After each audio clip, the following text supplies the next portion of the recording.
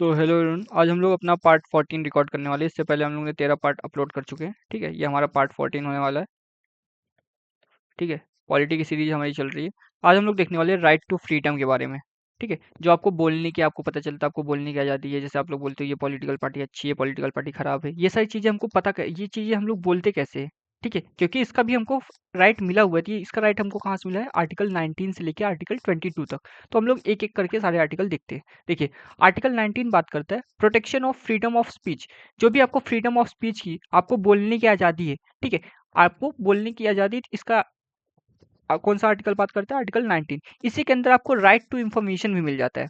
ठीक है, आरटीआई कुछ लोगों को पता होगा कि ये 2005 में के अंदर आया था। ठीक है, इसको मैं बाद में एक अच्छे से कवर करवा दूंगा। अभी इतना समझो कि राइट टू इन्फॉर्मेशन भी इसके freedom of speech and expression के अंदर ही आता है।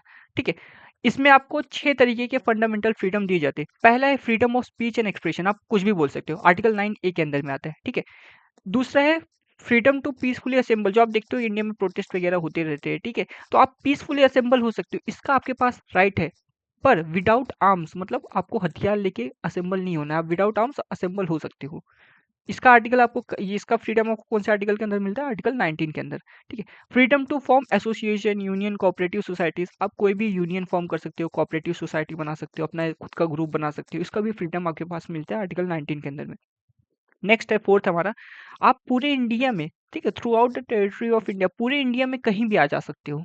इसका भी फ्रीडम आपको मिलता है आर्टिकल 19 के अंदर में। ठीक है, आपको जैसे आप जा रहे हो तो आपको केरला या तमिलनाडु में रोकेंगे नहीं कि आप यहाँ क्यों आ रहे हो। समझ में आ रहा है? आप पूरे इंडिया में ट्रैवल कर सकते हो। आपका पांचवा है आपका कि आप पूरे इंडिया में कहीं भी सेटल हो सकते हो। ठीक है, सपोज आप किसी अदर स्टेट से हो। ठीक है, आप समझो आप हो दिल्ली से। ठीक है, आप गए तेलंगाना, तो आप तेलंगाना में भी सेटल हो सकते हो। इसका फ्रीडम आपको कहाँ से मिलता है? आर्टिकल 19 के अंदर में। ठीक है, कि आप पूरे इंडिया के किसी भी पार्ट में रह सकते हो। नेक्स्ट है हमारा right to freedom of profession, occupation, business. मतलब आपको कोई भी बिजनेस करना है, आपको कोई जॉब करनी है, खुद का कुछ प्रोफेशन करना है, इसका आपको ब्लॉगर बनना है। ठीक है, टीचर बनना है, देखो डॉक्टर बनना है, जज बनना है, इंजीनियर बनना है, ये सारी चीजें आप खुद डिसाइड कर सकते हो। ये किसके अंदर आता है? आर्टिकल 19 के अंदर में। ठीक है, इसी के अंदर हमको फ्रीडम ऑफ प्रेस भी मिल जाता है। ठीक है, जो प्रेस है हमारा, ठीक है, प्रेस फ्रीडम, प्रेस के ऊपर भी फ्रीडम रहेगा। ये आर्टिकल 19 के अंदर ये इंपॉर्टेंट है, पूछ लिया जाता है कि article press, freedom of press किस कौन से आर्टिकल के अंदर आता है? आर्टिकल 19 के अंदर, क्योंकि वो भी freedom of speech and expression के अंदर ही आ रहे हैं। समझ में आया? तो मतलब इसके अंदर आपको बोलने की आज़ादी है, आप पीसफुली असेंबल हो सकते हो, आप यूनियन बना सकते हो, आप पूरे इंडिया के अंदर कहीं भी घूम सकते हो, आप पूरे इंडिया के अंदर कहीं भी सेटल हो सकते हो, और आप कोई भी प्रोफेशन ऑक्यूपाई कर सकते हो। ठीक है, नेक्स्ट आता है हमारा आर्टिकल 20। देखो आर्टिकल 20 क्या बात करता है, आपको खाली एक सिंपल लाइन याद रखनी है, protection in respect of conviction of offence. अब मैं समझा देता हूँ क्या है। देखो, इसके अंदर ना, जब आपने समझ किसी ने कोई क्राइम किया है, ठीक है, पुलिस उसको अरेस्ट करती है। ठीक है, अरेस्ट के बाद भी उसके कुछ राइट्स है।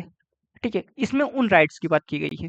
ठीक है, इसमें तीन चीजें, ये इंपॉर्टेंट नहीं है, मैं बता दे रहा हूँ। देखिए, इसके अंदर तीन चीजें होती है। एक होता है नो एक्स पास फैक्टो लॉ, एक नो डबल जियो पार्टी, नो सेल्फ इंक्रिमिनेशन। अब तीनों एक एक करके समझा दे। देखो क्या है। जो पहला है नो एक्स पास फैक्टो लॉ, इसमें क्या होता है ना, समझो आज 9 जनवरी है। एग्जाम्पल समझो, आज 9 जनवरी है, आप अपने फोर व्हीलर से जा रहे हो, अपने कार से जा रहे हो। ठीक है, आराम से चला रहे हो, कोई दिक्कत नहीं। 10 जनवरी को गवर्नमेंट एक लॉ लेके आई, इसमें बात किया गया कि अब से फोर व्हीलर आप अगर कार ड्राइव करो, उसके अंदर भी आपको हेलमेट लगाना पड़ेगा। समझो, ये 10 जनवरी को लॉ आया। ठीक है, अब ये कानून पास हो गया, अब पुलिस आपके पास आती है। ठीक है, पुलिस आपके पास आई और बोली देखो हमारे पास सीसीटीवी रिकॉर्डिंग है, 9 जनवरी को आप कार में बिना हेलमेट के थ्रू जा रहे थे, और 10 जनवरी को गवर्नमेंट ने लॉ पास कर दिया है, और पुलिस आपको अरेस्ट कर लेगी। क्या ऐसा पुलिस कर सकती है? नहीं। समझ में आया? A law can not punish you for something that was not a crime when you did it. समझ में आया? आपको कोई भी उस चीज की पनिशमेंट नहीं मिल सकती जब वो क्राइम नहीं है। बाद में उसको गवर्नमेंट भले, ठीक है, 2020 में, ऐसे समझो इसको, कोई चीज अगर 2020 में क्राइम नहीं है, आपने उसको किया है, और 2024 में वो चीज क्राइम हो जाती है, ठीक है, तो 2020 में भले उससे आपने किया है, गवर्नमेंट उसके लिए आपको सजा नहीं दे सकती। जब वो चीज अगर है, लॉ में है कि ये चीज क्राइम अगर तब करते हो तभी आपको सजा मिलेगी। नेक्स्ट हमारा नो डबल जियो पार्टी। डबल वर्ड से इससे समझ जाओ कि आपने समझो किसी ने मर्डर किया है, समझो, या किसी ने सिंगल ऑफेंस की, एक ही क्राइम के लिए, सिंगल क्राइम के लिए आपको दो बार सजा नहीं दी जा सकती। तीसरा है हमारा no self incrimination. Self incrimination मतलब किसी ने कोई क्राइम किया है, ठीक है, तो उसको फोर्सफुली नहीं बोला जाएगा कि तुम अपना क्राइम एक्सेप्ट करो, एक्सेप्ट करो। वो काम पुलिस का है कि पुलिस एविडेंस लेके आए। समझ में आ रहा है? जिस आदमी के ऊपर इल्जाम लगा हुआ है उस आदमी को नहीं फोर्सफुली किया जाएगा कि तुम ही एविडेंस लेके आओ, तो नो सेल्फ इंक्रिमिनेशन। फिर आर्टिकल 20 हमारा 21 बात करता है protection of life and personal liberty. ठीक है, इसको अच्छे से समझाता हूँ। देखो, प्रोटेक्शन ऑफ लाइफ, आप सुरक्षित हो, आप सेफ फील करो, इसका भी आपका राइट है। समझो ये एक फैक्ट्री है, ठीक है, देखो कितना पॉल्यूशन हो रहा है इस फैक्ट्री से। ठीक है, अब यही समझो ये आपका घर है, ठीक है, सो फैक्ट्री का ही पार्ट है, मैं समझिए आपका घर है। अब आपके घर के पास अगर ऐसी कोई फैक्ट्री खुल जाए जिसमें से धुआं निकल रहा है, तो आपकी जान के लिए खतरा है कि नहीं? समझ में आ रहा है? तो ये आपका एक फंडामेंटल राइट है, ये फंडामेंटल राइट आपको वायलेट हो रहा है। कौन सा राइट? आपका प्रोटेक्शन ऑफ लाइफ। आप सीधे इसके लिए सुप्रीम कोर्ट या फिर हाई कोर्ट जा सकते हो। जब फंडामेंटल राइट होता है डायरेक्ट सुप्रीम कोर्ट या हाई कोर्ट को अप्रोच कर सकते हो। तो ये कौन से आर्टिकल के अंदर आता है? आर्टिकल 21। फिर आता है आपका पर्सनल लिबर्टी। पर्सनल लिबर्टी मतलब आपकी जो मर्जी है आप वो करना, आपकी एक लिबर्टी। लिबर्टी मतलब क्या? आज़ादी। ठीक है, उसकी बात कौन करता है? आर्टिकल 21। अब इसी के अंदर एक इंपॉर्टेंट चीज आ जाती है। एक कॉन्स्टिट्यूशन अमेंडमेंट हुआ था हमारा 86 कॉन्स्टिट्यूशन अमेंडमेंट एक्ट 2002। इसमें बात किया गया था कि जो हमारे 6 साल से लेके 14 साल तक के बच्चे हैं, ठीक है, इनको free and compulsory education, right to education, free and compulsory education दिया जाए। ठीक है, तो ये बात किसके अंदर की गई है? आर्टिकल 21 के अंदर में। आर्टिकल 22 क्या बात करता है?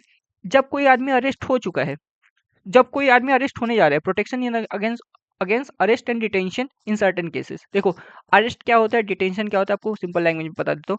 अरेस्ट मतलब पुलिस जब आपको सीधा अरेस्ट करके ले जा रही है। डिटेंशन क्या होता है ना, जब कहीं कोई प्रोटेस्ट होता है, आप देखते हो सब पुलिस सबको भर भर के एकदम गाड़ी में जमा कर देती है, तो अरेस्ट नहीं होता, उसको डिटेन बोलते हैं। वो थोड़ी देर पुलिस वाले रखते हैं स्टेशन में, उसके बाद आपको छोड़ दिया जाता है। ठीक है, तो डिटेंशन होता है, उसको डिटेंशन बोला जाता है। तो प्रोटेक्ट आप उसमें भी आपको कुछ राइट है। ये कौन से आर्टिकल के थ्रू बात की गई? आर्टिकल 22 के अंदर में। ठीक है, अब दूसरी चीज, एक इंपॉर्टेंट चीज आ जाती है यहाँ। जब देश में नेशनल इमरजेंसी लगता है, नेशनल इमरजेंसी, ठीक है, इस टाइम पे क्या होता है? जो आपके फंडामेंटल राइट है ना, इनको सस्पेंड किया जाता है। समझे? अब इमरजेंसी लगी हुई है, आप बोलोगे मेरा फ्रीडम ऑफ स्पीच है, मुझे कुछ भी बोलने की आज़ादी है, तो कैसे चलेगा? तो नेशनल इमरजेंसी के टाइम पे फंडामेंटल राइट आपका सस्पेंड कर दिया जाता है।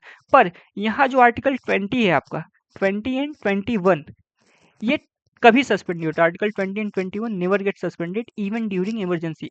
इमरजेंसी के टाइम पे भी आपका आर्टिकल ये आर्टिकल 20 और article 21 protection of life and personal liberty, कभी भी आपका ये सस्पेंड नहीं हो सकता। ठीक है, तो आज का लेक्चर इतना ही रखते हैं। इसको एक दो बार बस वीडियो देख लेना। आर्टिकल 19 क्या बात करता है? आर्टिकल 19 बोलता है freedom of speech and expression. ठीक है, आर्टिकल 20 क्या बात करता है? Conviction of offences. अब उसमें आपका क्या राइट है जब आपको कोई उनको कन्विक्ट करना है?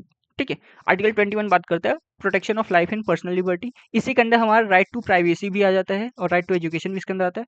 आर्टिकल 22 बात करता है protection in against of arrest and detention. जब आपको अरेस्ट किया जाता है, डिटेन किया जाता है, उसके अंदर आपके जो फंडामेंटल राइट्स है वो कौन से आर्टिकल के अंदर आते हैं? आर्टिकल 22।